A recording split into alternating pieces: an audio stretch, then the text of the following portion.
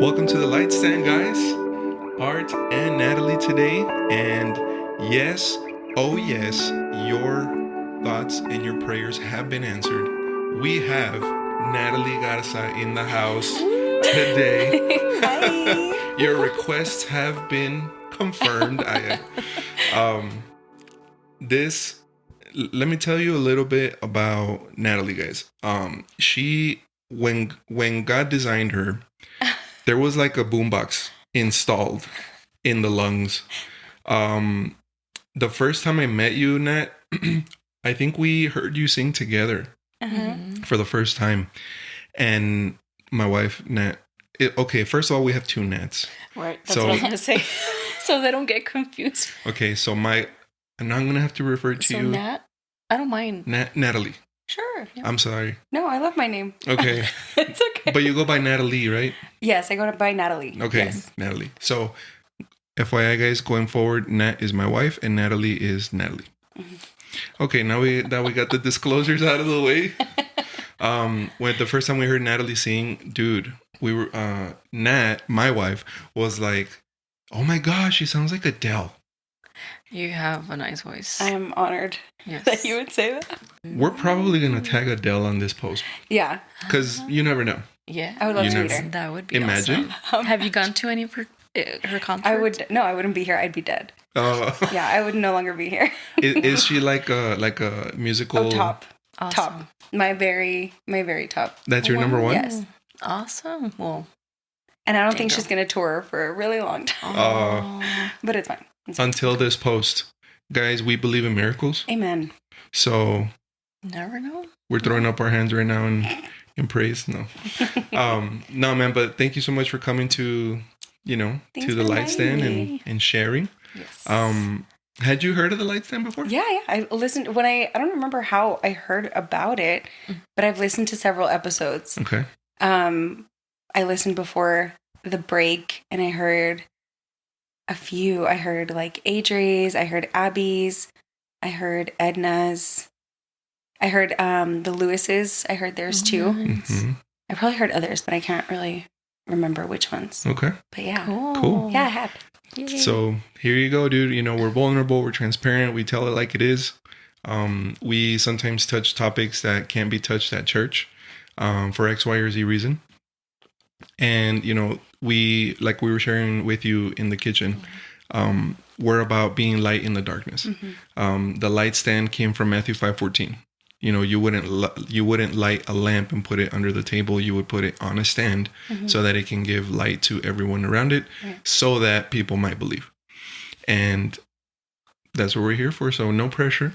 But dude, first of all, I'm so happy that you made it here without getting lost, because you wouldn't believe how many pizza drivers get lost. Well, I'm gonna say I couldn't see the numbers on the houses, and I know sometimes when you're going into the driveway, it says it on the that's true little things, and it doesn't. And I was like, and then I literally walked out, you'll probably see it in your Ring camera. I walked across your whole driveway to see, is this the right house? So I could see the numbers. Oh man, we need to get that fixed. Just because I couldn't see it, but that's also a me problem. So then I was like, okay, yeah, this is it. Yeah, and then, but the sign is very small. It's on the side of the house, by the garage, and it's tiny. So, and sometimes the trash cans are right there. It hides them. So. Yeah. Mm-hmm. Yeah. No, thankfully I fix that. I got here quick with minutes to spare. Yay.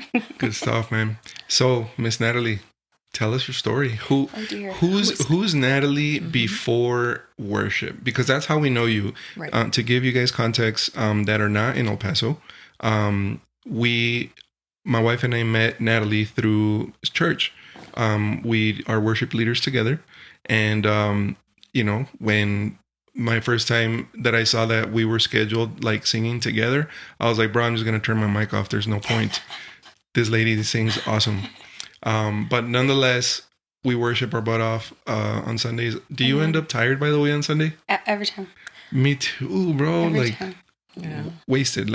I want to come home and just Sometimes I get off and I'm like, oh my God. Wow. I get we get down and I'm just like, dude, whoa. I'm done, right? Yeah.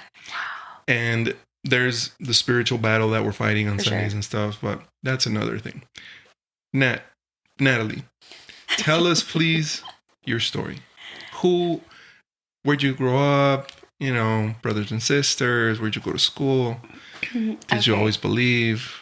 Yeah, so I grew up here, born and raised here in El Paso. And I grew up with a pastoral grandpa, or in a pastor's family. My grandpa was a pastor of the church that I attended up until I came to Vino, actually. Oh. So I'd never ever gone. I had gone to other churches, but I had never been like a member of another church. So I had been at his church, super traditional, you know, old school. I love it. I miss it so much. I love Vino. I love it. But it was a super drastic change because we were also, I would like to say, in the most respectful way possible, we were also kind of stuck in the past. Like we still sang all the old songs, all that. But I love it. Like I hear it now and I'm like, you know. But yeah, my parents split when I was 3. So from there, we being my mom and my sister, my older sister, Vanessa, she is 2 years older than me. We moved in with my grandparents. So being pastoral family was like way more serious now. It wasn't just like, oh, my grandpa. It's like, oh, the grandpa that I live with. Right. And my father figure, I guess. So it was pretty intense. It was fun. Oh. But it was very much like, they hold you to a high standard because even when you're 7, you're a pastor's granddaughter and you have to act, you know, a certain way. But it was good. I mean, I loved the church. I loved the church. Mm-hmm. And as far as worship, I had always sang. My whole family either sings or plays an instrument. Everybody's super musical. That's awesome. Yeah, I love it. It's really, really cool. I actually have an uncle, a great uncle who passed before I was born. He's my grandpa's brother. Mm-hmm. And they were in a band. He was in a band that was really popular, apparently, in the 70s. Like, I know of it, obviously, because it's, like, in the family. Yeah. But I met somebody a couple of years ago, like a neighbor. I was living in some apartments, and a neighbor of mine asked me where I got my music taste. And he's like, oh, did you get it from your parents? And I was like, dude, no. Like, we only listen to, like, Marcos Witt and Hillsong, you know? You know, like, no. And he's like, oh, my family listens to, or my parents, they always used to listen to this band from like the 70s. And I was like, oh, really? And we kind of started talking about it. Mm-hmm. And the more he talked about it, I was like, are you talking about Generación de Jesús? And he was like, yeah. And he starts naming all these songs of theirs. And I was like, dude, that's my family. Oh my God. Like, it was crazy. So yeah, it was really cool. Their music is really cool. I'll show you guys later. Super 70s, but like it's so cool. That's awesome. Everybody's really musical. I started singing at church, singing like on a Sunday when I was 11. And I think I led for the first time, because at first it was just like, you know, voces, choir. I think I led for the first time that year, maybe the next year when I was like 12. Wow. And yeah, we went through a bunch of stuff within worship at church, and then I always led. Like after that, I always led, but there was a point in time where I didn't like it. It was weird. I think about it now, and I'm like, I don't know, phases of like being scared or not liking it or feeling like I'm on the spotlight and not in a good way. I think that was a lot. That was weird. Anyway, from there, I started learning to play the piano. So when we didn't have somebody to play the piano, I would play the piano. And then we didn't have a drummer. So then I learned like the most simple things on the drums, and I played the drums. And actually right before the church closed, and I went to Vino, I hadn't sang for like 2 years. I was playing the drums. Oh, wow. Yeah. That is awesome. I am not good, by the way. Don't think that I'm like, oh, we have a drum here, so. I know, right? No, my gosh, I would be so embarrassed. Wow. No, but yeah. So I hadn't sang for a long time. Wow. Before I came to Vino. And you said 2 years? 2 years, yeah. Wow. The very last service that we had at the end, like after the preaching, they let me like go play the piano and sing, and that was like, I was like super excited because I hadn't sang in a long time. Yeah, a really long time. Oh, wow. So did it close because of COVID or just? No, it closed. It closed because I think our congregation was really small, among like other things that are, more internal. But in the end, our congregation was really small. I mean, it was my immediate family, which was like 8 people, and then 2 other families, and that's it. And it's logistically, it's hard to pay the rent that way too, Sure. And I mean, my family was just really burnt out with ministry. It was nonstop, only us. I mean, there's nobody else to do it, Yeah. So it was not only worship, but it was like us trying to learn like sound systems, old sound systems, and cleaning and the kids. And I remember I went like years, probably like 2 years at some point in my teenage years without hearing a sermon because I was like, you were helping. Yeah, because I was always helping. Wow. I feel like there's a lot of things that I missed in that sense, just because of ministry, which is not great, obviously, but yeah, pretty intense. So you're awesome story.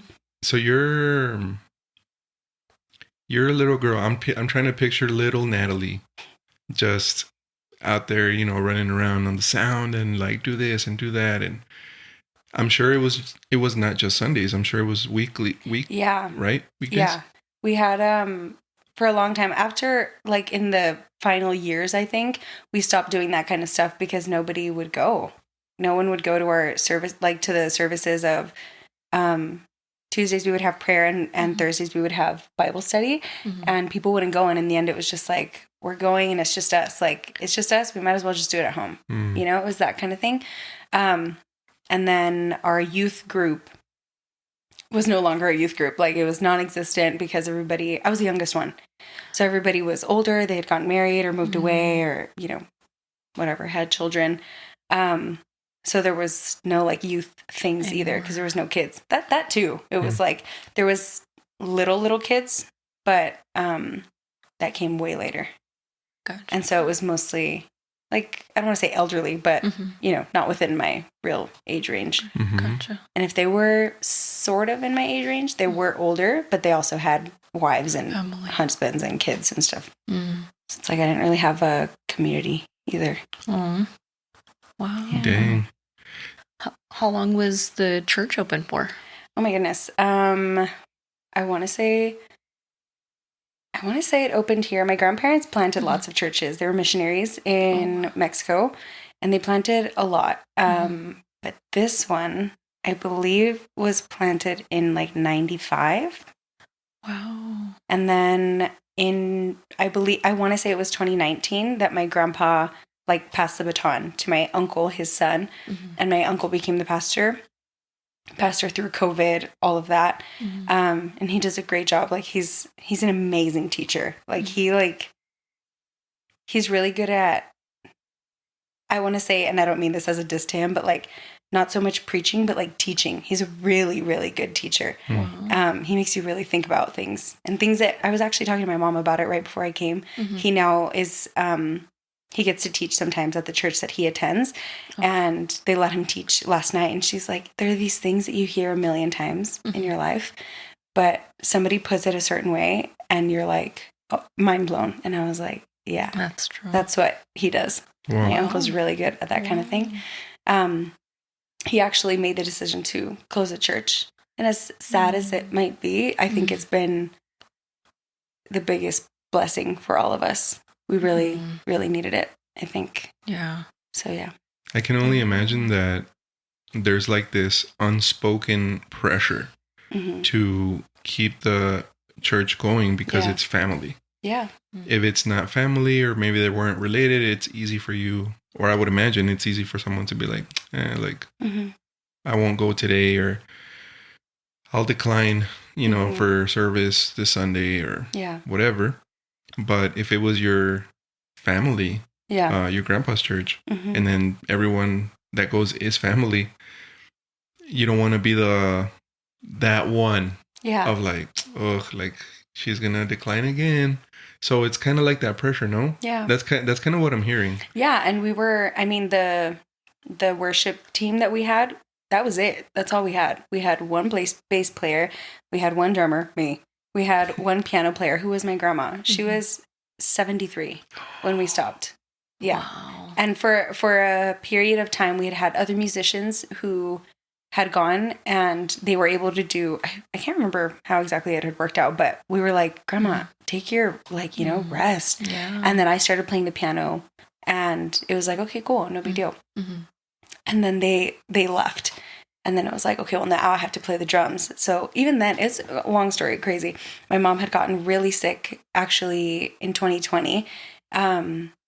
Not COVID, but my mom sang also. She was a director of praise and worship. Oh, wow. And she had gotten blood clots in her lungs. And so they told her, you're going to be on oxygen for the rest of your life. She literally almost died in 2020. Oh, wow. She's super young. She was like, oh my gosh, what year are we in? She was 45. Wow. Yeah. And she was super, super close to literally dying. And then she got out of the hospital and they said, you're going to be on oxygen for the rest of your life. And she would struggle to talk for months, to say long sentences, Simple. It was really difficult for her.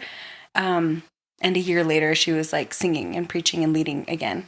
And it was a miracle, obviously. For sure. Wow. But during that whole time, it was now we just don't have a drummer because now I'm singing and because, you know what I mean? Yeah. It was just a bunch of that. Wow. In the very end, I was playing the drums. My mom was singing. My grandma was playing the piano. We had one guitar player, who's amazing. And we had one bass player. Wow. But none of us were musicians. You see people at Vino and it's all these people have been doing this their whole lives. For us, it was out of necessity. Our guitar player was the only one who's a guitar. I don't know. In my opinion, he's a really good, guitar player. But everybody else, it's we learned out of need, which is fine. But it wasn't oh, if you cancel, we'll find somebody else. It's no, if you cancel, there's not going to be that instrument that day. Wow. It's that. Yeah. So it was you don't cancel. It was like that. Yeah, for sure. Dang, dude. Yeah. So your mom was a singer and your grandma was a piano player. Is that your mom's mom? Yes. Okay. Yeah.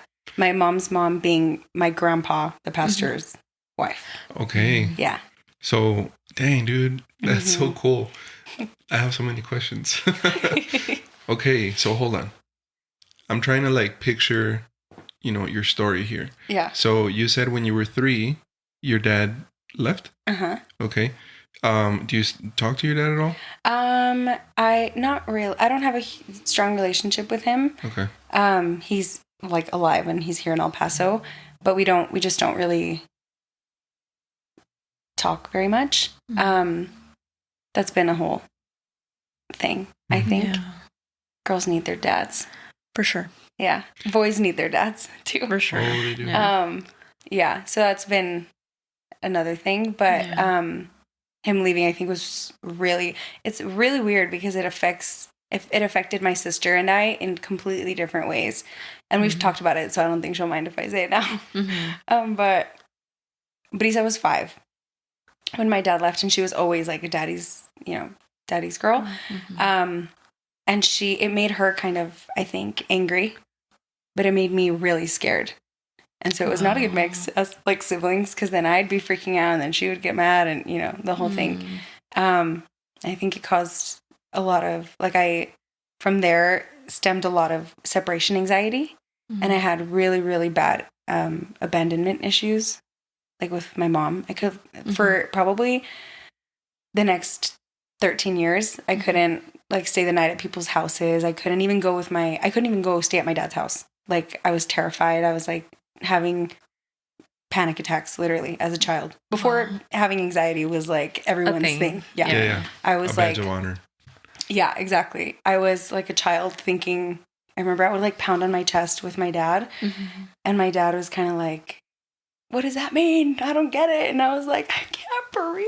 I don't know. It was really bad. And I didn't know why. It was once I grew up that I was oh my gosh. That's what it was. I had serious issues thinking that my mom was going to leave, Yeah. It was that kind of thing.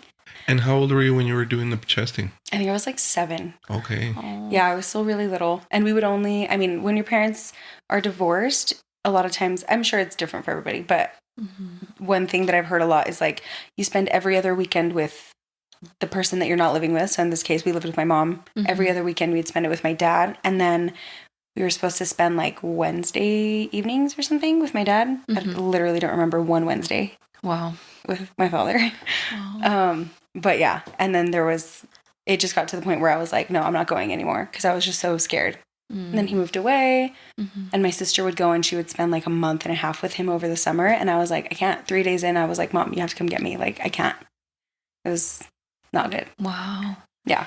And you girls are 2 years apart. Yeah, we're 2 years. It's so crazy that what you said, you were scared and she was angry. Yeah. So it was a difference. Wow. It's, I think my poor mother, God bless her, she dealt with a lot with me. But Brisa was, like she had her hands full with Brisa, but in my sense, I think my mom was just like, oh my gosh, like I don't know how to help you, you know? Oh. But yeah. Wow. So yeah, my dad left when I was 3. And then from there, I think we were on our own, like we lived in our own place for a while, but then we moved in with my grandparents when I was 5. So 2 years later we moved in and we moved out when I was 16. So yeah. So me and Brisa, we shared a room for 11 years. Wow. Oh. She was 18, still sharing a room with her little sister. For her. It's okay. I'm assuming you both are very close. Yeah. Like, and your mom too, no? She lives in Georgia now. Oh, wow. Yeah. Okay.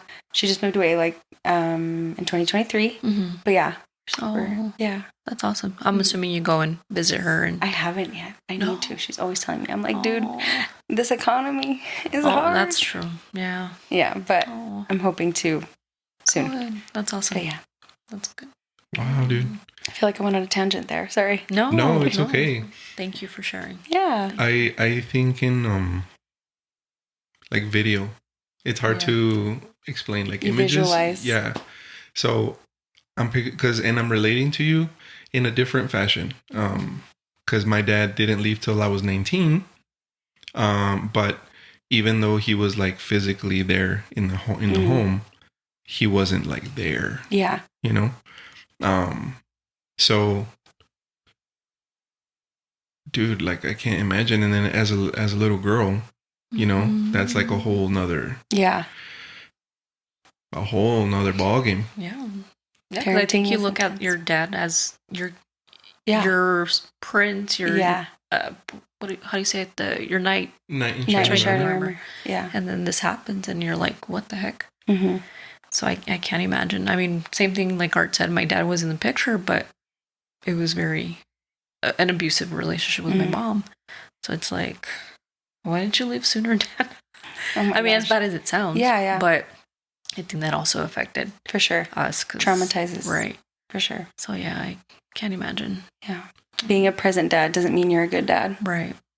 No. Mic drop. For real. Facts, dude. Yeah. So you said a comment earlier that caught my attention. You said little girls need their father and boys need their father too. How do you remember how you coped with that? Like, how was your school? Elementary, middle, high? Elementary was, I don't know. I think I was kind of anxious. I honestly was anxious all the time. Me and my sister were mostly always in the same school though, because we were only 2 years apart. So the good thing is I had her there. But elementary school, not too bad. I had a lot of I remember going to therapy when I was little because of the whole thing with my dad, and then we stopped therapy because the therapist was weird, and then I would go to all these doctors because I had really, really bad ADHD.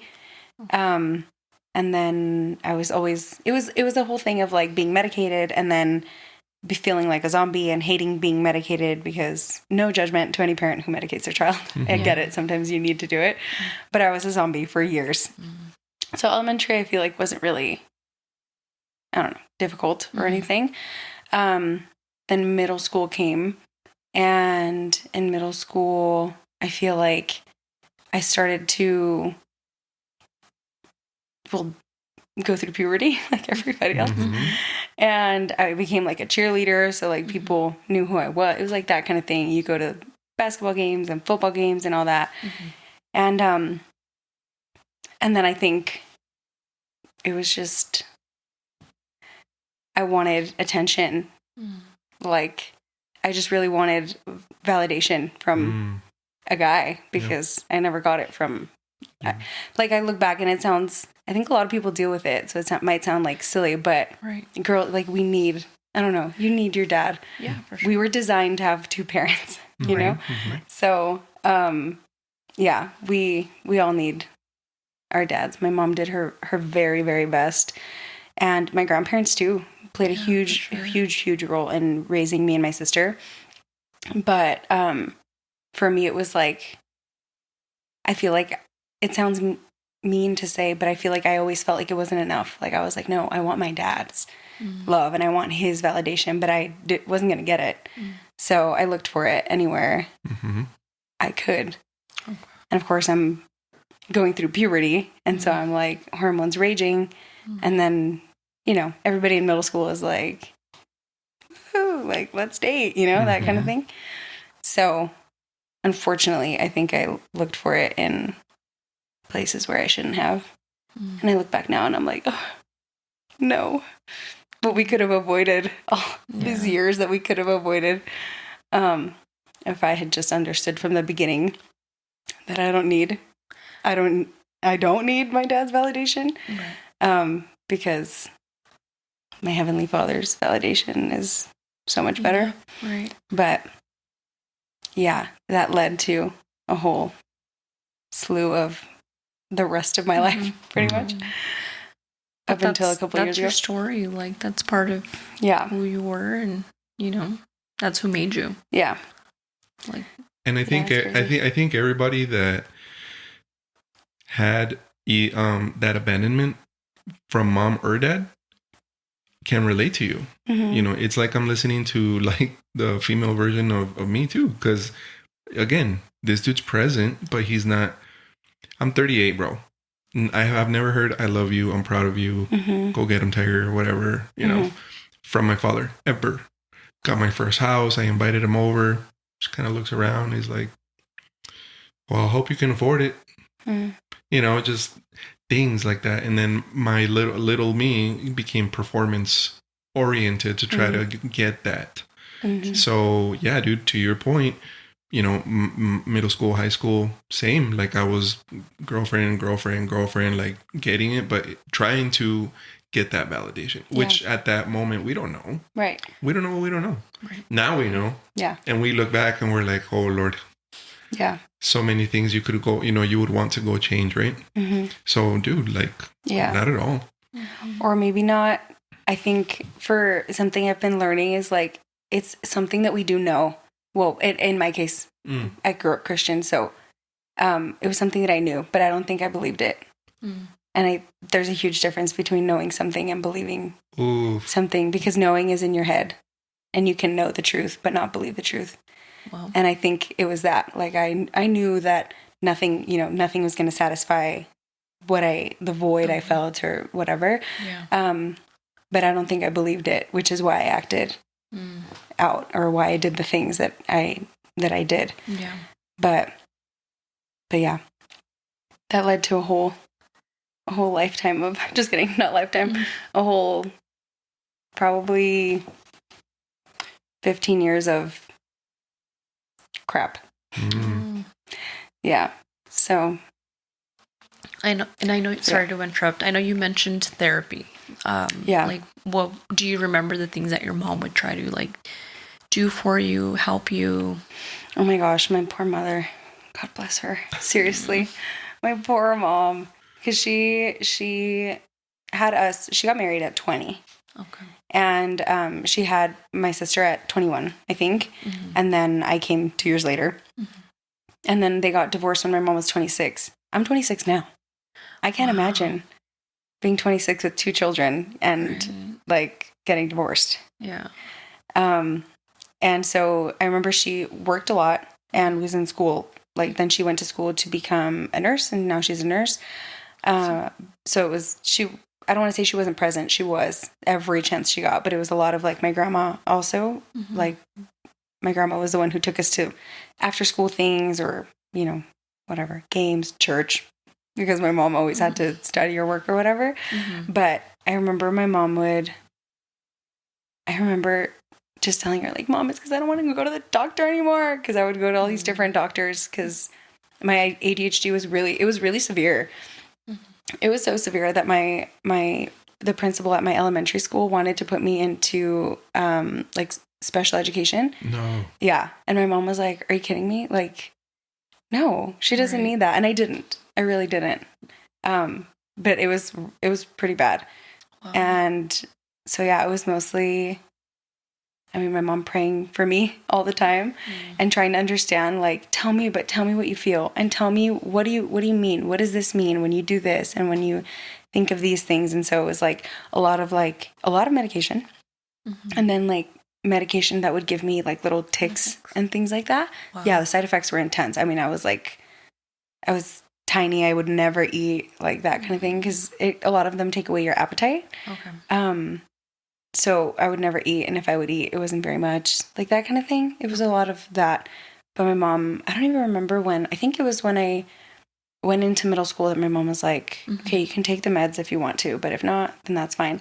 And I truly believe that the Lord like completely restored my mind because although I am kind of hyperactive, I no longer am like, oh yeah, I have ADHD. Like, no, my mind is completely different. And yeah, I think it's all a praying mother. Yes. Praying mothers. Oh, yeah, is my poor mom. Oh. Yeah, she's amazing. And she did the best she could. Of course. Yeah. How's your relationship with your mom now? Or like, are you guys tight? Oh, super tight. Yeah? Yeah. So crazy tight. My mom knows everything. She knows everything about everything, even things that I don't think she wishes she knew. Yeah. Yeah, I went through, it was really weird. I went through a process, or I'm going through whatever. I feel like we're always going to be going through processes. Sure. But I went through something really specific right before moving to Vino. And it's the timeline of it is really crazy because it was like the day that it all came to a head was the day that they told us that they were going to close the church. And then it was like, it started a new process, but it was also during the time of me trying to find a church and me getting, like, planting myself at Vino. So it was just weird, or cool, I guess, the way that the Lord does things. But I think that being super transparent about everything that had happened, everything that I had done, everything that I, all these things with my mom, again, I don't think she really wanted... I think sometimes she's like, oh my gosh, like, I didn't want to know that. But I'm like, no, like, I want you to know everything about me. And I think it also has transparency, makes, what is it called? Transparency produces trust. So my mom, like, not that I'm out here being crazy, but like, I can be with my friends until 3 a.m. and my mom isn't like, where are you? What are you doing? I'm like, Mom, I'm literally here. Like, here's a picture of me here. Like, she's not asking because she knows that I'm going to tell her, and I am going to tell her. Wow. I'm very, very honest and transparent. Good. So, yeah, it's brought us super, super close. We cried together. We cried together right before I came here. Aww, that's awesome. Yeah. So we're really close. Thank God. Awesome. That's good. Yeah. Oh yeah, for sure. And what about with Brisa? Is my mom close to Brisa? Is that what you're asking? Am I close to Brisa? Yeah. Yeah, Brisa and I, we lived together for 2 years. And then in 2023, at the end, like in November, we weren't going to renew the lease. Things were just getting really expensive. And so I moved back in with my mom. And she was like, you know what? I'm just going to take a chance. And she moved to Georgia. Oh, wow. Yeah. So awesome. She has some friends over there. So it's not like she's there completely alone. She has some friends over there. And she moved over there. And... she found a job over there that was better than it was here. And I think right now she's about to start like a course for realty or to like real estate. I'm like, awesome. You go girl. Yeah. Good. Georgia? What the heck? It's so random. Know. What part of Georgia is she in? Kind of by Savannah. It's like an hour away from Savannah. Okay. But it's cool because she's like, come and we'll drive 3 hours and be in Florida. And I'm like, drive an hour and a half and we'll be at the beach here in Georgia. And I'm like, that's so cool. Right. Yeah. We're far away from everything. Yeah. 9 hours away from the closest beach or something. Right. Oh, that's awesome. Yeah. Would you say during like your teenage years that you kind of would butt heads with your mom, or that's never? Yes. I think Brisa and I definitely, yes, we're close, but we're complete opposite. To the day. We're complete opposites. So we butt heads a lot. Even when she comes to visit, I'm like, I already know we're going to argue about something.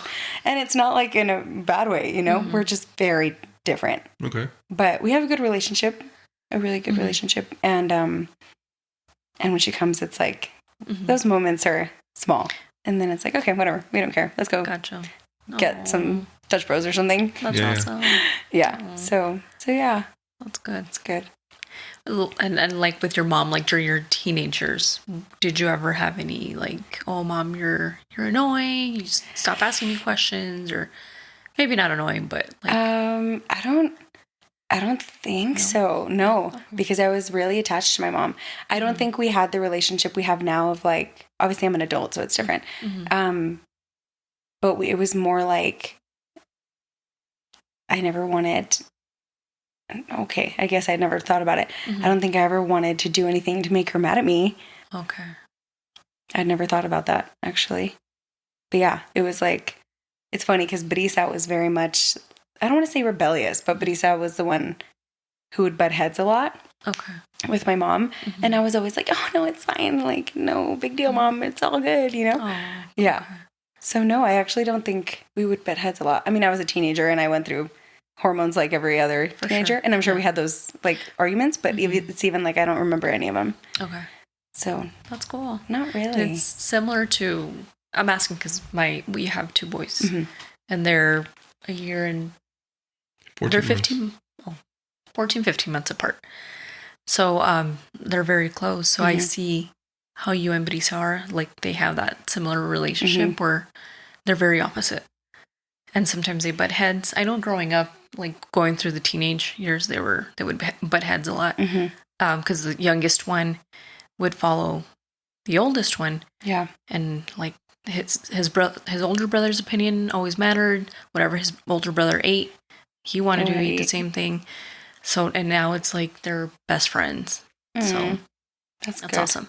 But I bet I used to, not anymore, like butt heads with the oldest, but because we have similar characters. Yeah. So we would butt heads a lot, and I'm like, oh my goodness. You're like, I wasn't ready for Mom, this. I'm sorry if you had to do it. Yeah, it's hard. I think that too. I'm like, oh my gosh, all these years that I could have been nicer to my mom, just in general. I was never super mean to her either, but I was just like, oh man, having to deal with me. Like now I think back to me being a child, and I'm like, oh my gosh, I'm so sorry, Mom. Jeez. I guess it's a process of like parenting and growing up. Yeah, so true. Very, very true. And then I always like this question for people that grew up in church. We didn't grow up in church, so I'm very interested in this. When did you go from I'm a Christian because I grew up in it to you actually believe in Jesus? You actually believe he resurrected. Like, you know who God is. Like, whoa, this is God, you know? When did that shift happen and how did it happen?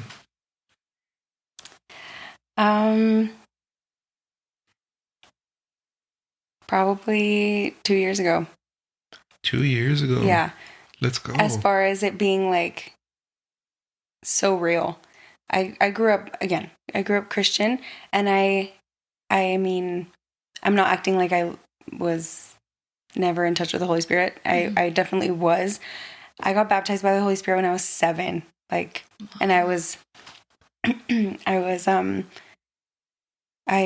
think that was the first time I ever spoke in tongues. I remember falling on the floor and sitting, like laying there, opening my eyes and being like, I don't even know what I'm saying. Right. It was crazy. No way. At Cantico Nuevo. Shout out to Cantico Nuevo. Let's go, dude. It was some event that they had when I was like 7. Yeah. I was literally 7 years old.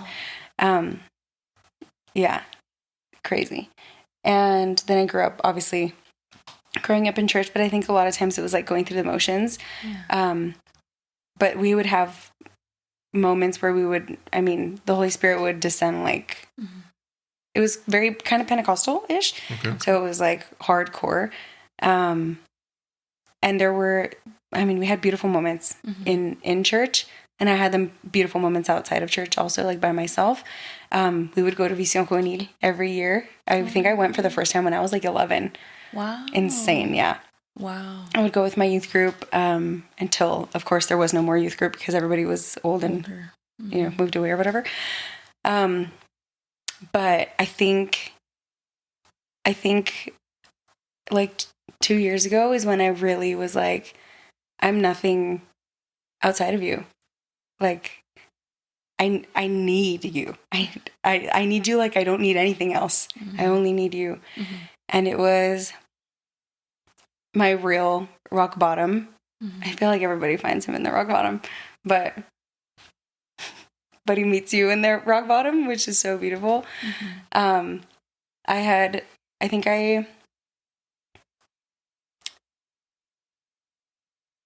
gone, I'm like trying to think of how I'm going to say this.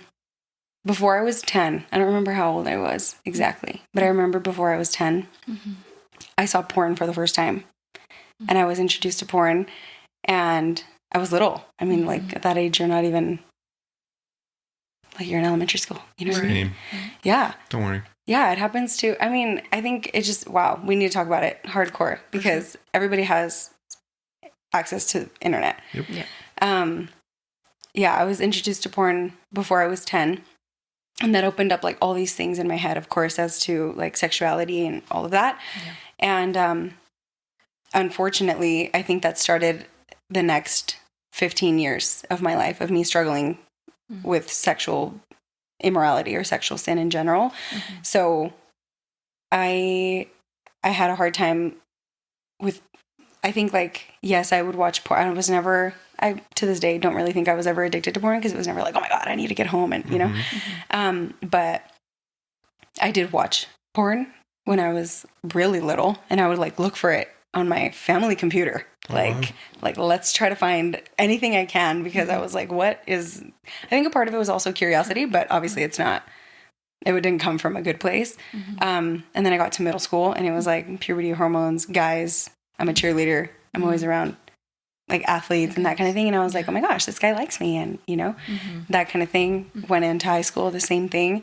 Got out of high school, and it was like, oh, now I'm older, an adult, and then I lived by myself or like with my sister, but I don't think she wasn't gonna tell me like, hey, what are you doing? Or stop doing whatever you're doing, And I think that's when it got really bad.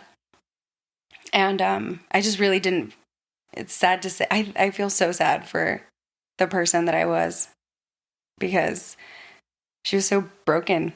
Like, she was just like, she was broken. She was dead, completely dead in her sin, and never wanted to tell anybody because, oh my gosh, you're the pastor's granddaughter.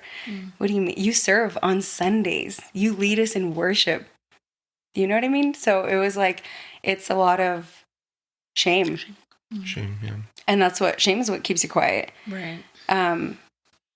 So it was, yes, porn, but then it was like doing things with others that you shouldn't do, like masturbation. Let's talk more about masturbation. Yeah. Because nobody wants to talk about it. Let's go. It's not just doing things with other people that makes it sexual immorality. Yeah. It says, like, the Bible says that if you think about it, it's already like committing adultery. If you think about being with somebody else, it's already adultery. So, right. There's still, it's like mental things, physical acts, all of that. And yeah, it was like that for 15 years, literally. And in the last few years leading up to 2023, actually the last few months of 2022, I had been seeing somebody who was not Christian, who I obviously wasn't doing great things with. And And when that ended, I was like the lowest of... Have you guys ever seen Friends? No, There's this episode Friends, where no. Rachel is like, she's like, there's rock bottom, 50 feet of crap, and then me. That was me. Like, it was like the lowest of the low. How could I ever be going through this? And it was just a mess. And I remember I walked into church. It all happened just to... I'm like, let me collect my thoughts. I'd been seeing somebody. I really, really, really liked him. And it was like I knew he really liked me too, but he was like, I'm not ready for a relationship. And I was like, okay, that's fine. Like, it's okay as long as I get to, you know, be with you or whatever. Yeah. Stupid. And then I messed up and I lied about something. I'm not a liar. Like, it's not really something that I have a hard time with, but I lied because it has to do with all of this junk. And I lied to him. And the lie was a cover-up, actually, of the truth. Well, obviously, right? I'm trying to make this make sense. Yeah. I had told him something, but I said it in the form of a lie. And then I was feeling hardcore conviction from the Holy Spirit of like, you have to tell him now. Wow. And even me being in my mess, still very convicted by the Holy Spirit. And I remember I told one of my friends and I was like, it's because I really feel like I need to tell him. She's like, no, you have to take that to the grave. Like, no, you cannot. Oh, wow. You're going to lose him forever. Wow. And he's, to this day, and I have nothing bad to say about him. He's an incredible guy and God bless him wherever he is. But she was like, no, you cannot. You're going to lose him forever. And I was like, I have to. I can't not. And I went inside and I called him and I told him the truth. And I was just like, I lied to you about this. I told him the truth is the thing that I wanted to do. Yeah. And he was like, oh my God. Like, of course, he was freaking out. And I thought I was going to feel better after telling him. Like, I was like, I did what the Lord, you know, I was obedient and I did what the Lord wanted. And I know it was what was right, regardless of me losing him or not. And I didn't feel any better. And so I was on a Saturday. The next day I go to church and I walk in and my mom, I'll never forget, my mom looked at me and she was like, what's wrong? And I was like, Mom, it's good. And I just completely broke down and she took me into another room. And that's when I spilled everything. I told her I lied about this. I've done this, and all of these things. And my mom was like, oh my God. Wow. And she sat there and she cried with me. I was supposed to serve. She was like, yeah, you're not serving today. I was like, okay. And then she was like, I think you need to, so I had always, like I said, struggled really bad with anxiety and I was feeling a bunch of anxiety and conviction from the Holy Spirit, which is why I told the truth. And I thought like after that, after telling the truth, like, God, I did what you asked, you know, I'm going to be fine. Everything's going to be fine. No, I still had all the anxiety. Anxiety and conviction are two different things. So I told my mom, like, I just feel like I can't be alone. I'm scared. I don't want to be alone. The next day in that time I was a nanny. And so I wouldn't go into work until 2, but my sister would go in early. And I remember telling my mom, like, I don't want to be here when Brisa's not here. Like, I slept with Brisa. We were living together at the time. And I was like, I don't want to sleep alone. Like, I don't want to be alone. And it went back to like me not wanting to be alone. Wow. And my mom was like, okay, tomorrow I think you should call my cousin. My mom said, my cousin. My cousin is Boris. I don't know if you guys know Boris. Boris is, she works at Vino. She's part of Visión Global, her and her husband, Alonso. Okay. And Boris had been here for about a year. She and her husband had moved to Spain. They were missionaries over there, and then they had come back. But we weren't super close anymore. We grew up, I mean, she like changed my diapers and would take care of us all the time, her and her sisters. Wow. But we weren't as close as we used to be. Right before she moved, we would always hang out. But of course now it was different. She's married and she has kids and all that. And my mom was like, talk to somebody. Like, try talking to Boris. See what Boris is doing. Maybe you can hang out with her so that you won't be alone. And at the time, Boris lived we lived in Boris and I lived in some apartments that were right across the street from another neighborhood that had houses, and Boris lived in those houses. So she lived like 2 minutes away. My mom was like, see if you can hang out with her. And so I did. And I went with Boris, and Boris, I was just like, hey, like, can I come and chat? I would like to just, you know, talk and whatever. And she was like, yeah, for sure, come over. And so I went, and I remember she was making breakfast for the both of us. And I told her everything. I told her things that I didn't tell my mom. Not that I lied to my mom, I didn't, but there was just things in the moment that I just didn't tell her. But I told Boris everything. And the thing that I loved about that, of course, like, I love Boris, she's family, but like, I said every terrible, disgusting thing that I had done, and her face, her demeanor never changed. It was just like, okay. She never opened her eyes wide. Nothing surprised her. Nothing was like, oh crap, did she just say that? Yeah. It was like, okay. Wow. And she was like, you did the right thing by telling him.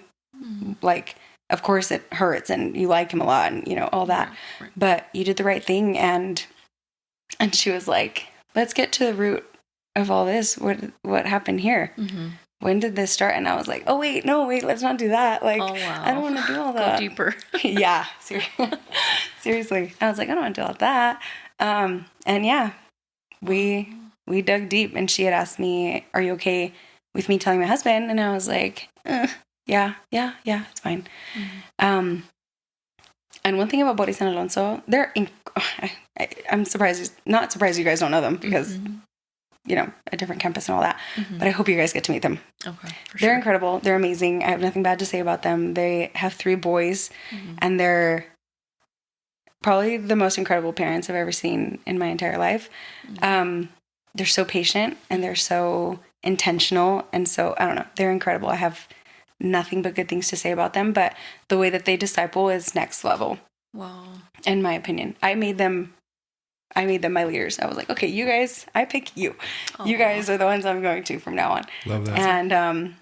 And it just so happened, sorry, backtracking a teeny bit, that Sunday that I went to church, the day after I was honest, my uncle tells me, we're closing the church. And I was like, what? That's why the timeline of it was really crazy, because I was like, what do you mean?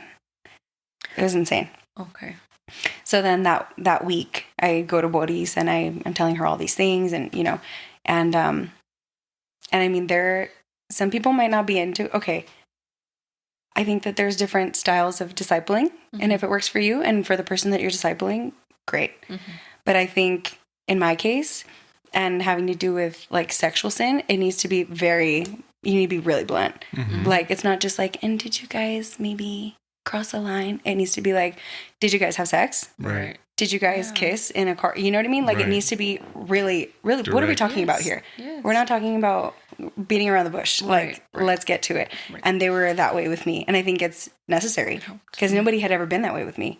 And I had spoken up about it once to a friend of mine, like, I'm kind of struggling because I watch porn sometimes, and like, I'm, you know, whatever. And she was just like, okay, like, I'll help you pray. And I'm not like blaming her or anything, but I think I needed somebody to be like, okay, what measures are we going to take to make sure that this doesn't happen again? And that kind of thing. And Boris and her husband are very much like that. Like, okay, well, let's be practical. They're really, I mean, it's the smartest. I don't know. I think about it now. I'm like, why did I never think of these things? Like, okay, maybe, obviously don't watch porn. Maybe stop following people on Instagram that you don't need to follow. Maybe get rid of Instagram. Do you need to get rid of your phone too, to get rid of the internet? We might just need to do that. Wow. Get rid of dating apps if you have dating apps. Things like that were things that I obviously don't want to do, because I was so like, no, I don't want to stop, but I do want to stop. You know? Right. It's a whole bunch of that. Right. Like something that's going to tempt you. For sure. Yeah. And when you're that like vulnerable, like the enemy's got you on a tight leash. Yeah. Can we slow down for just a sec? Yeah. Nathalie, first of all, dude, huge kudos to you. And thank you for, you know, your vulnerability and your honesty. Like, it's so refreshing, to have a human being be able to just own their past. Yeah. Because when I was looking for someone that I can be that level of vulnerable with, it was very challenging. Yeah. And what I'm hearing about Boris and her husband is they gave you a safe place. Oh, for sure. And that is huge for discipleship. Yeah. Someone that you're being discipled. If you're afraid, you're listening. If you're afraid to be blunt, honest, and vulnerable with the person that's discipling you, that's not the right mentor for you. Yeah. Yeah. Period. Dot. Second, yes, dude, like we do need to talk about, sexual sin, what it is for.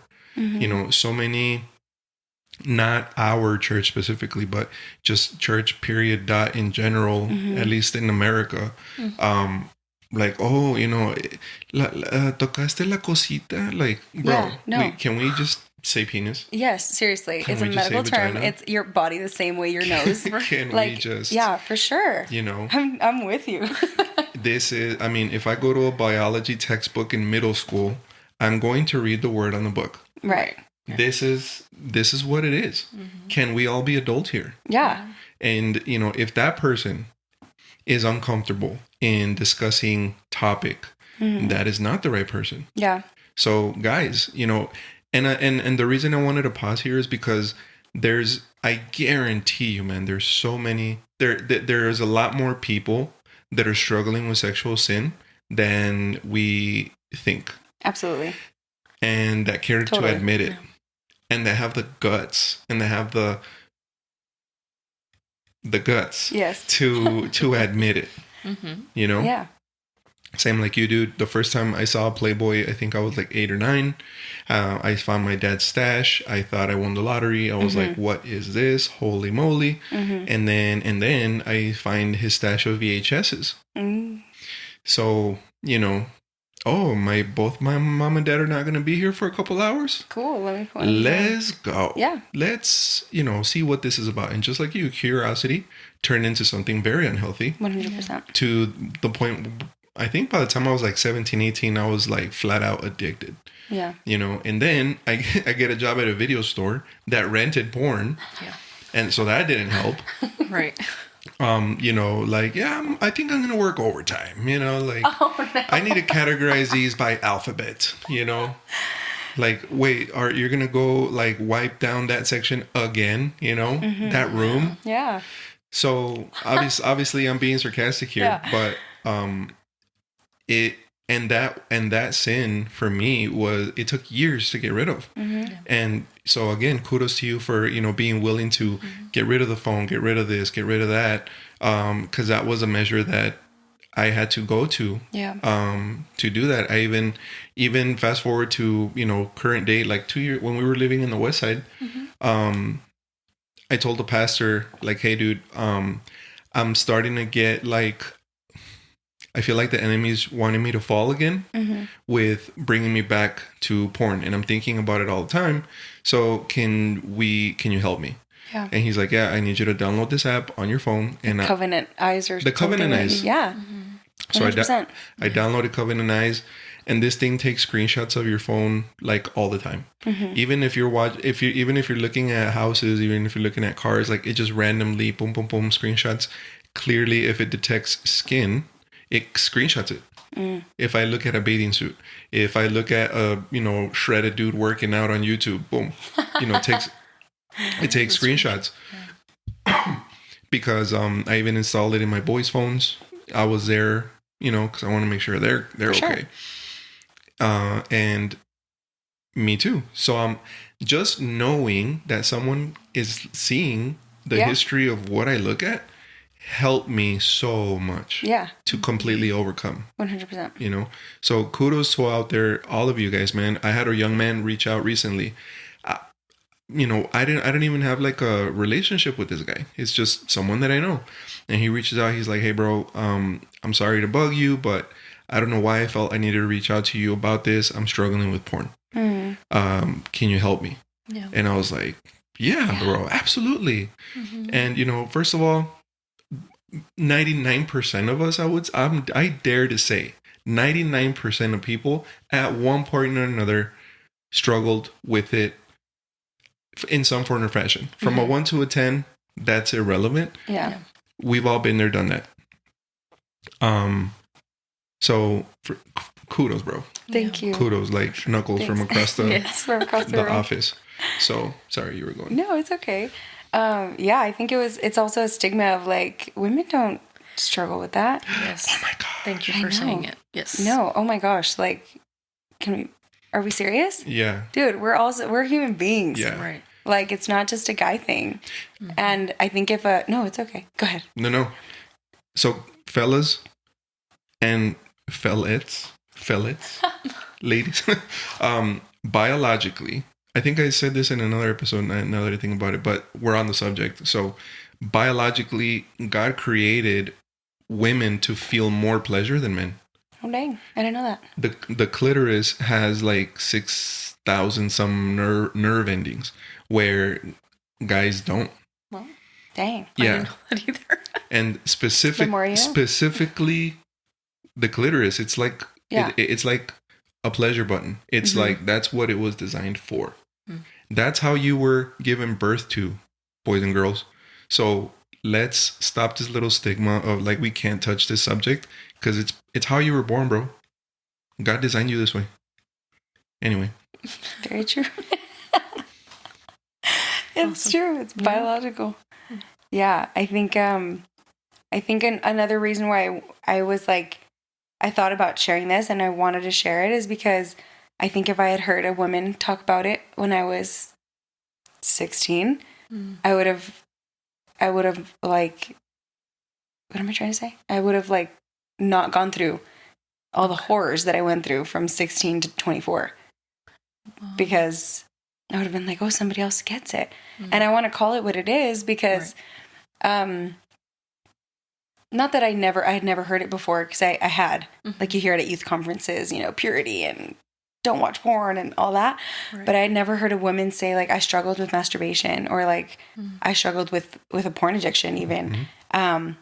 Or I wanted to mess around with any guy who wanted to mess around with me. Like I'd never heard things like that from women. I'd only ever heard it from men. Mhm. So then I was like, oh my gosh, I'm a girl. No one's gonna they're gonna crucify me, you know? Right. Right. They're gonna think I'm the worst. And then it was everything on top of that, which is I'm a pastor's granddaughter and I lead worship every Sunday. Mhm. Like how you know what I mean? And it's just shame. Right. And what's funny about shame is that it goes away like that when you talk about it. Mm. Like Boom. the second that I told her and everything, I was like, I can tell anybody about this now Come on. because it doesn't have power over you Right. anymore. You have to you need to expose those things, and it's not just because like obviously yes, you want to get help, but like spiritually, the whole thing that happens spiritually, they have no power over you once you tell somebody about it, which is why I think it's so incredibly important to talk to somebody.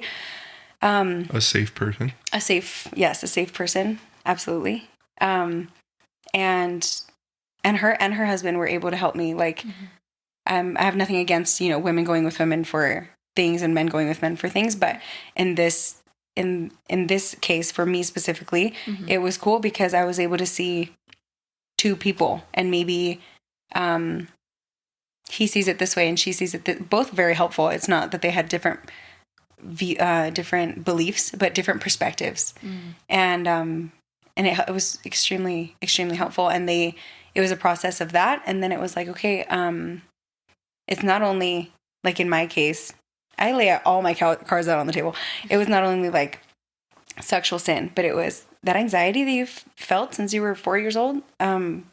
Heck no. And all like a bunch of other things that went along with that. Like we're going to pray for deliverance. Like we need deliverance here. Deliverance is another thing a lot of people don't want to talk about. And it doesn't have to be scary. Mhm. It doesn't have to be this like, oh my gosh, she's going to crawl on the walls kind of thing where people are loving. It's not like in a controlled environment where people are going, they have authority. It's not, I'm not here to make a spectacle of whatever, Yeah. And that's exactly what they did. Wow. And we prayed in my apartment for deliverance and again, practical things. Do you have things that you probably shouldn't have? Get rid of them. Get them out of your house. It could be things like as simple as things that tie you to a person from your past. Like, get rid of those. You don't need them. Like, get rid of that. And I remember that night, her husband told me, don't let the enemy lie to you by saying that you're not free, because sometimes you might still have thoughts, or you might still be tempted and things like that, which temptation is not a sin. Obviously falling into sin is a sin, but Jesus was tempted, you know? And he said, don't let him lie to you and say that you haven't been freed. You have been freed. Right. It's gone. And from that day, I never felt anxiety again. My anxiety was gone. Never again. To the day. Wow. That was in March of 2023. Wow. And do I have moments where I get nervous? Yeah.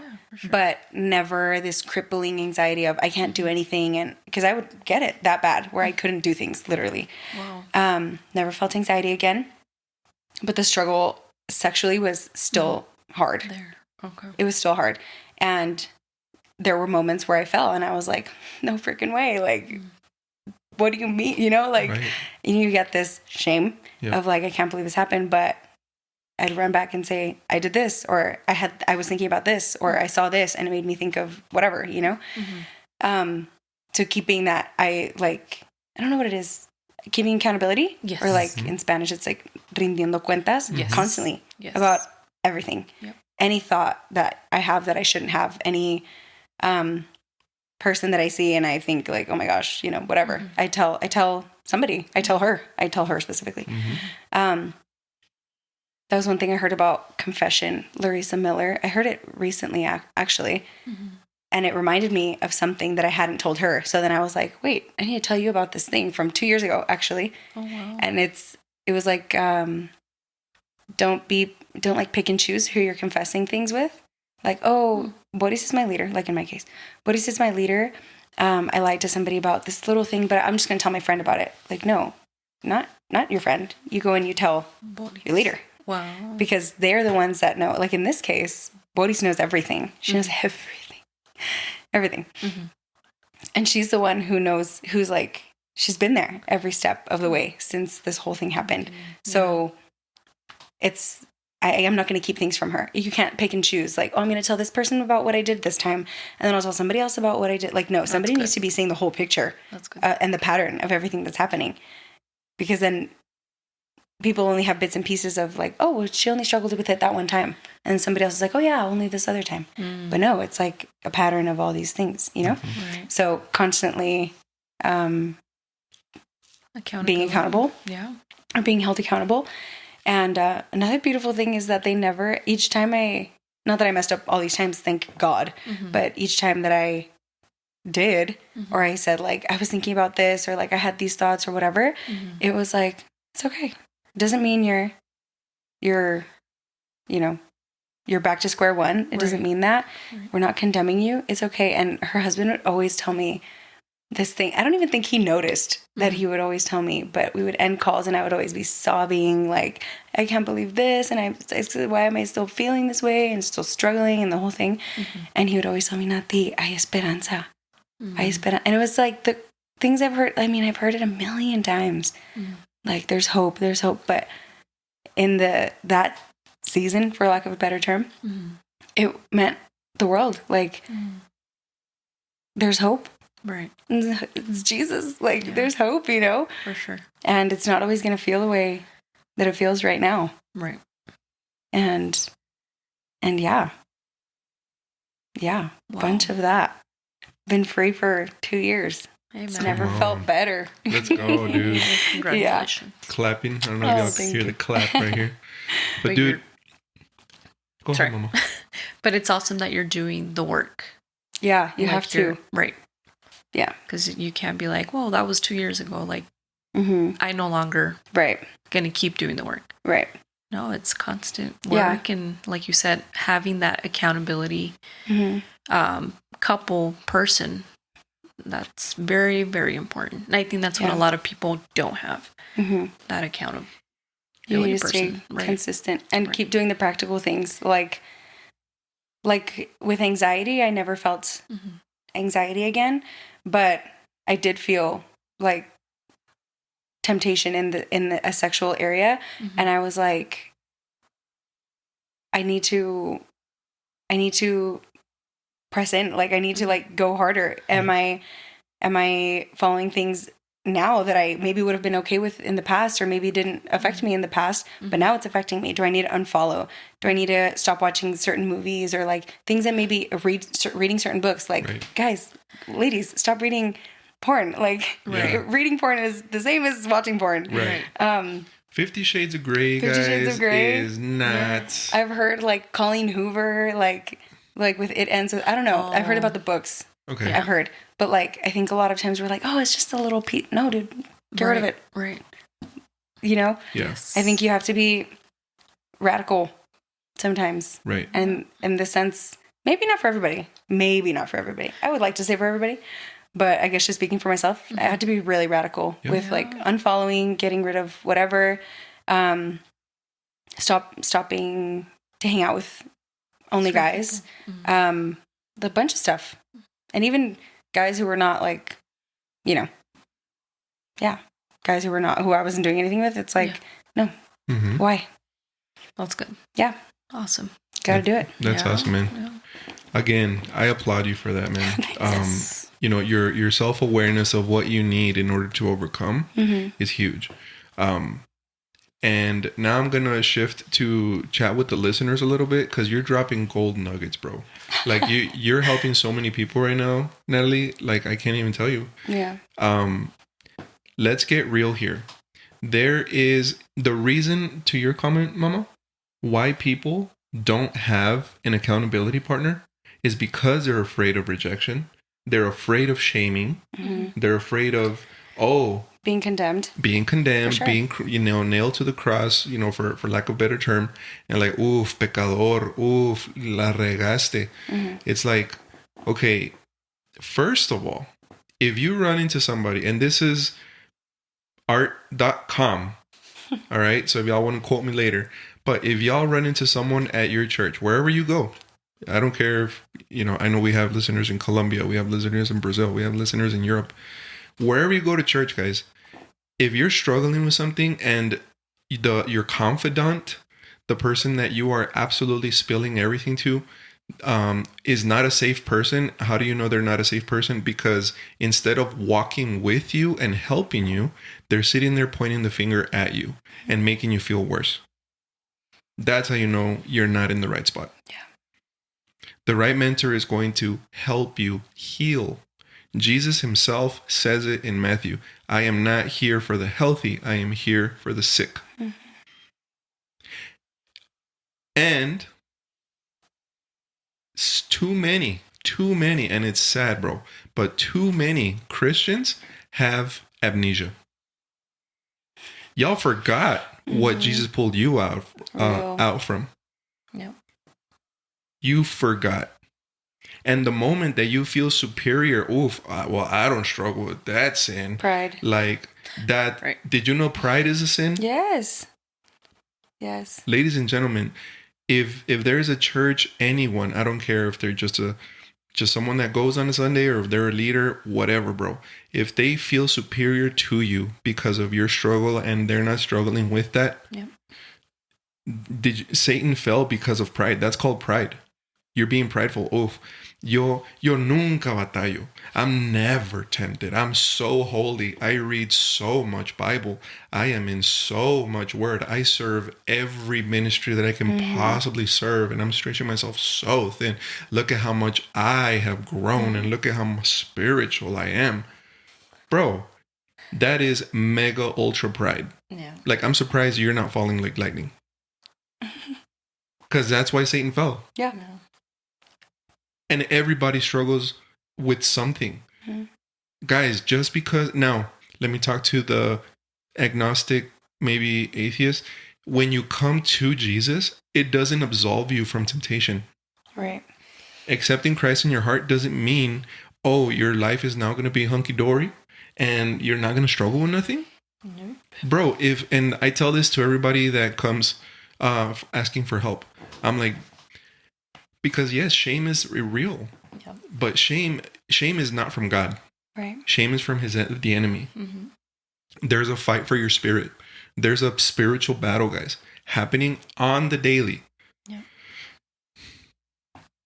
I think it's Ephesians, but it says that the devil is here to lie, to kill, to destroy, like a roaring lion on earth. He's the prince of the earth, in Revelation. So anyway, and I tell this to people, if Jesus himself was tempted, right, the Son of God himself, out in the desert, Satan goes to him and says, bow down to me and I will give you everything. Satan takes him up on the hill, on the mountain. Mm-hmm. And he says, everything you see before you will be yours if you just bow down to me. Mm-hmm. Because he was hungry. Mm-hmm. And he's like, if you're really the Son of God, why don't you turn that rock into bread and eat it?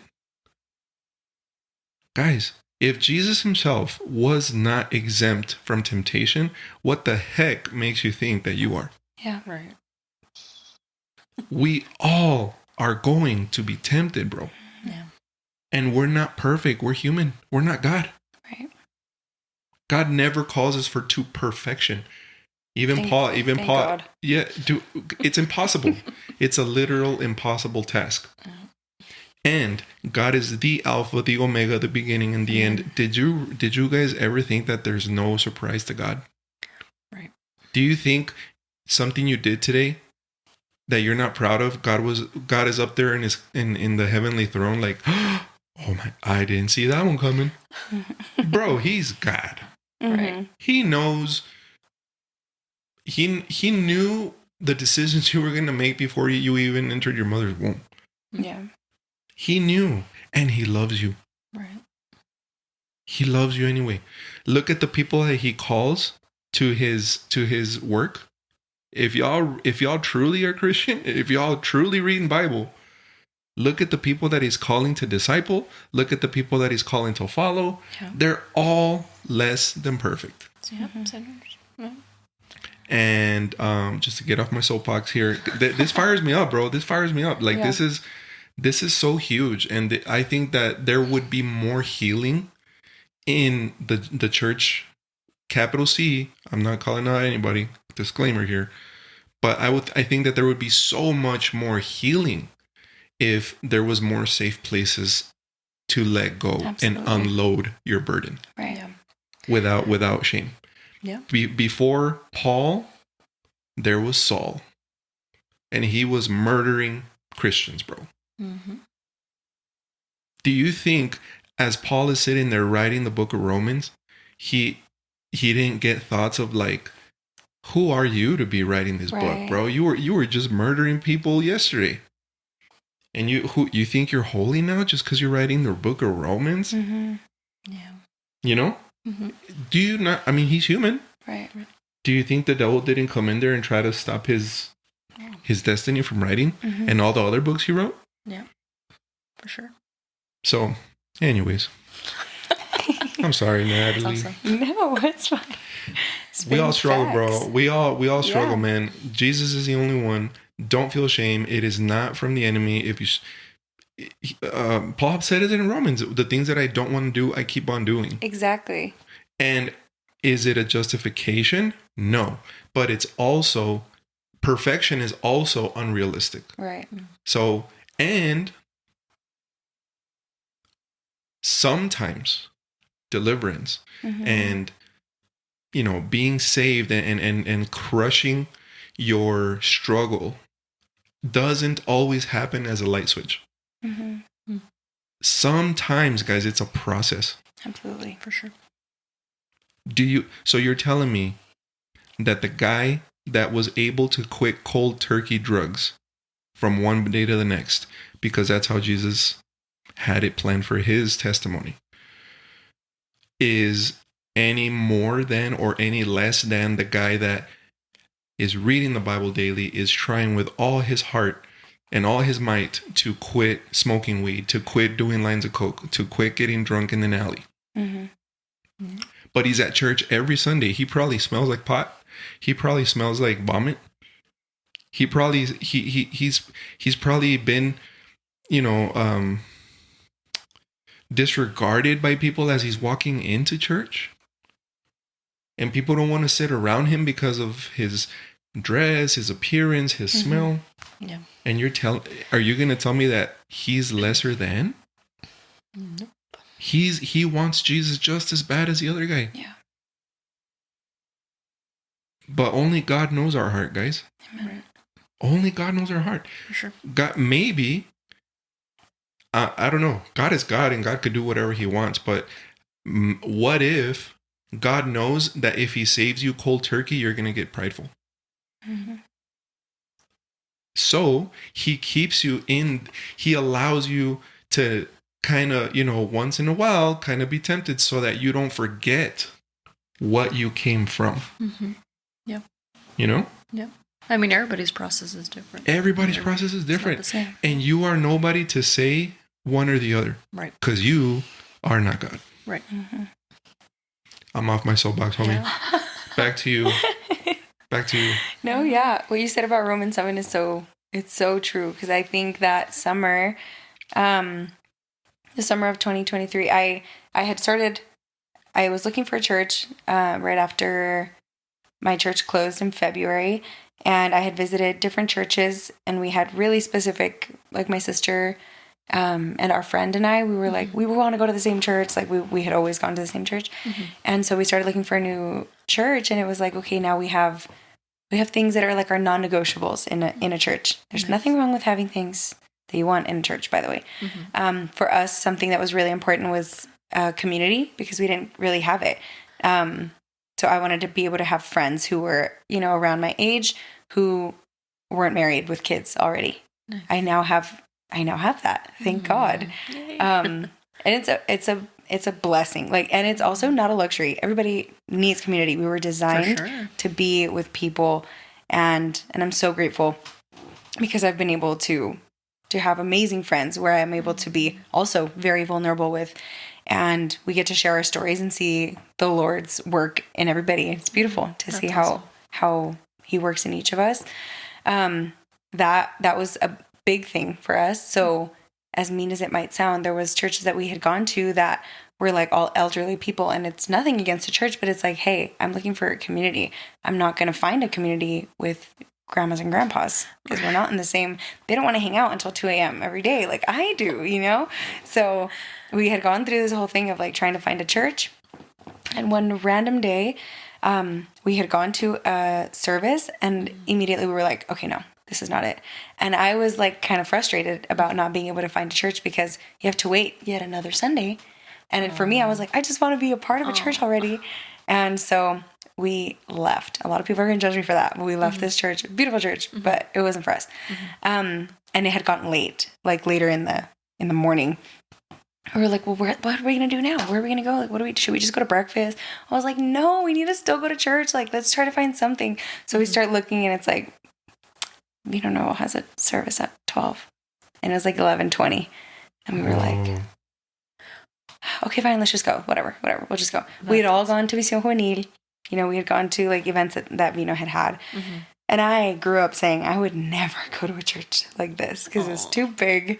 Mm-hmm. And I grew up in a super small church, it's too big, and I'm not even going to know the pastor, and I'm not going to a lot of that. So we go, and it happened to be, I want to say that it was the weekend, like the Sunday after Real conference. Okay. And I'm saying that because Anna McNally preached.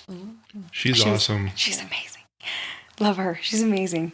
And she preached, and we were floored. I mean, me, my sister, and our best friend, we were like, oh my gosh. And we all walked out, and we were like, did we all love that? Yes. Okay, great. Now we're going to sit with this. Because we had all kind of said like, oh, we don't know. It's not going to be for us. It's just too big, Mm-hmm.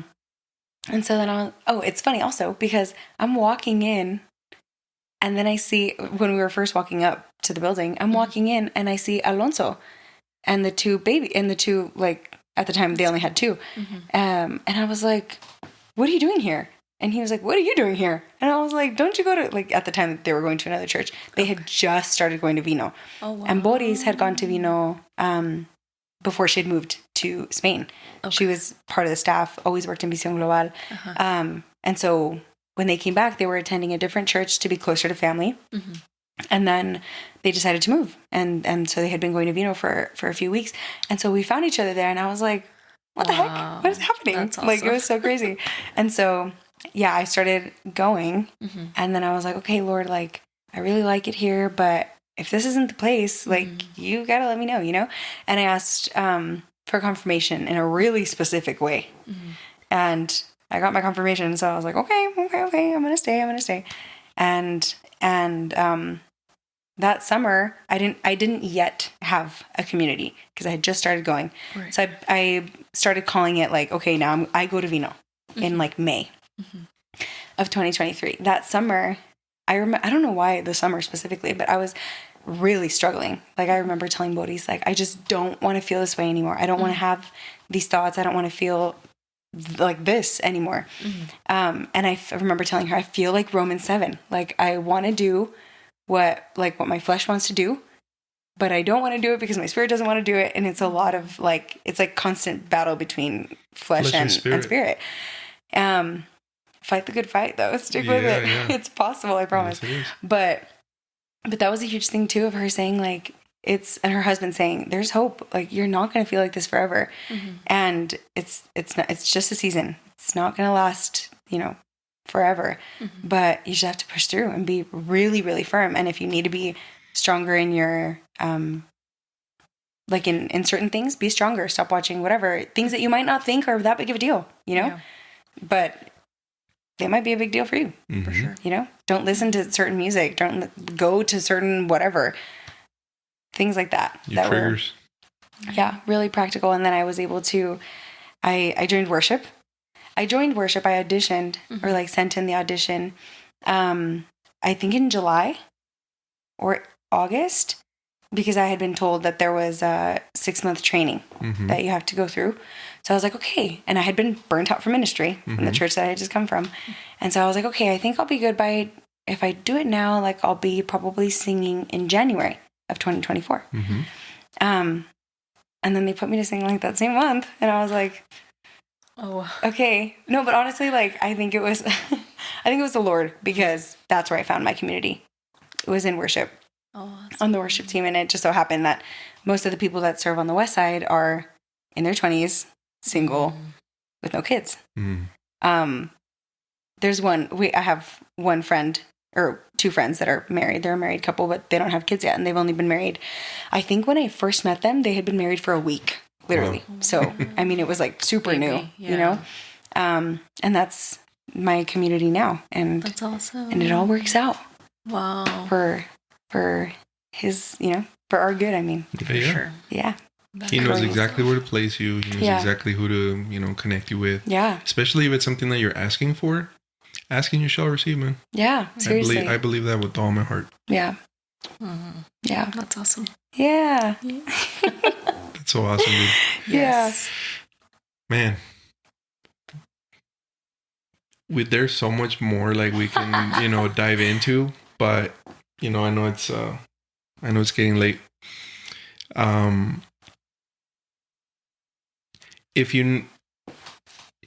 want you, Nathalie, to talk to the little girls out there that can relate to you. Okay. I want you to talk to the little girls out there that are struggling to find their identity, that are seeking for validation and outside sources, to no fault of their own. Life happens, and can you please share with them a word? Yeah. I'll actually read, because something, aside from knowing that you're not alone and knowing that other people have struggled with it, I promise you're not the only one. If you're out there listening to this, and also maybe not even little girls, women, even if you're married, it doesn't stop just because you're now able to have sex because you're married. But something that helped me a lot was reading Psalm 139 and just hearing what he has to say about me. In my case, it had a lot to do with having like I heard this term the other day and it makes a lot of sense. A father wound, like the lack of not having a father. The lack of not having a father. The more like, not having a father. Or not having a father figure. And in my case, it was like I didn't value myself because I wanted his validation. I didn't find it in him, so I looked for it in other places. But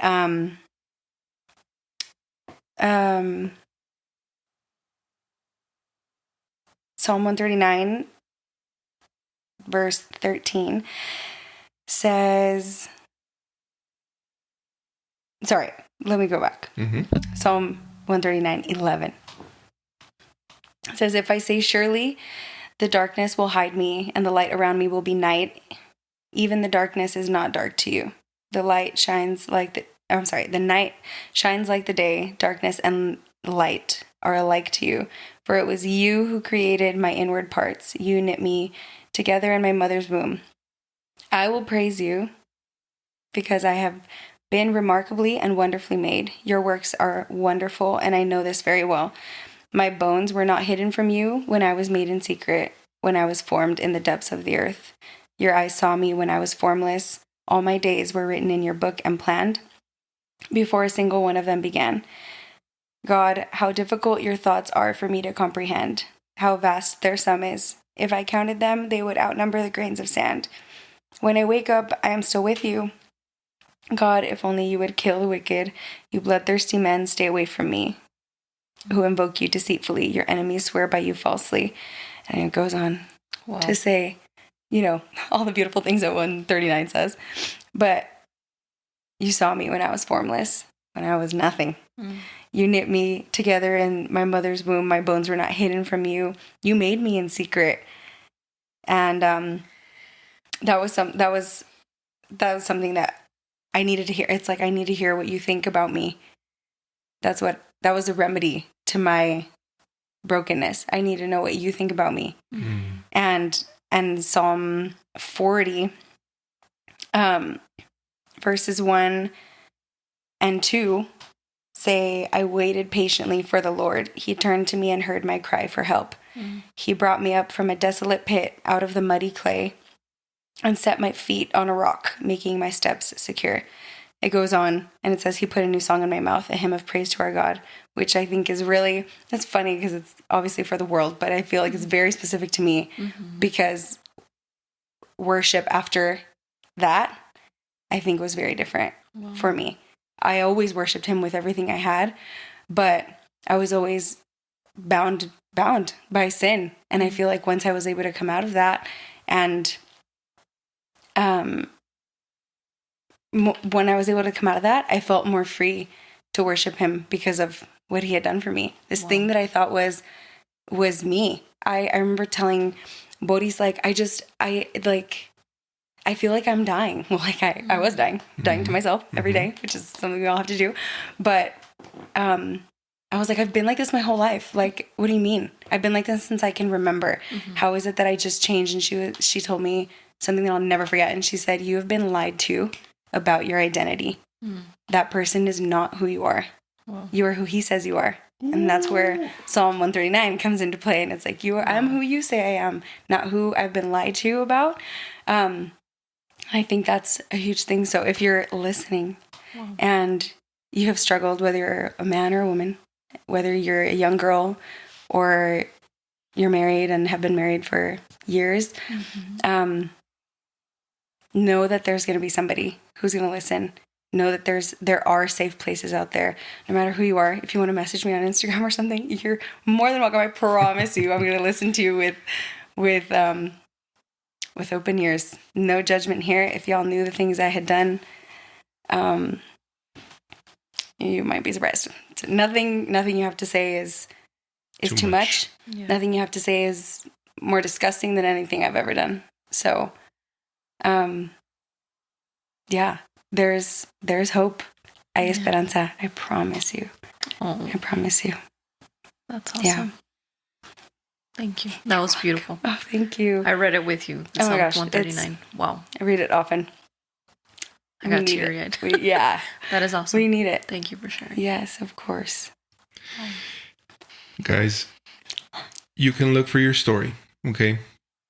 But there, I want to say it's the woman in the well, where Jesus tells her, you've had 5 husbands, and the one you're with right now is not your husband, etc.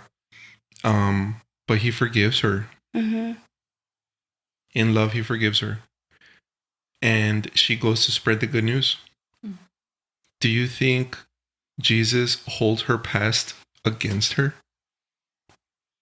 Guys, I call those beautiful scars. Dang. We are not our past. Yeah. We are who God says we are. And the Japanese have a word for it.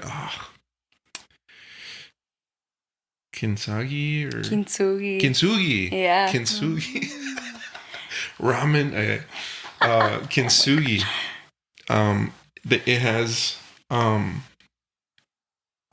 It has sorry, Angelo's calling me. He probably needs a ride. We'll send Alec. My son started his first job today. Oh, we love that for him. Popeyes. Yay. Shout out Jello. Okay. What were we saying? Oh, kintsugi. Something broken is put together. But you can still see the outline of the breaks. Nonetheless, it's put together. Yeah. And it's still beautiful. Matter of fact, I would dare to say that's what gives it its beauty. And that's who we are, guys. Yeah. Don't be full of yourself. We're all broken. We're all imperfect. And no matter how much you want to pound your chest saying, oh, well, I don't struggle with this and I've never sinned in my life. Okay, Mr. Pride. Sounds good for you. Man, Nathalie, thank you so much for your time, dude. Thank you, guys. You help. I guarantee you we're going to get blown up on this one. Like, you help more people than you know. Yeah, thank you. Your testimony. Thank you for your sharing. testimony is amazing. Thank you. Thank you so much. Thank you, guys. And let us know, guys. Give us a follow. We are on _lightstand. Leave us a comment. In Spotify, you can leave comments now in the episodes.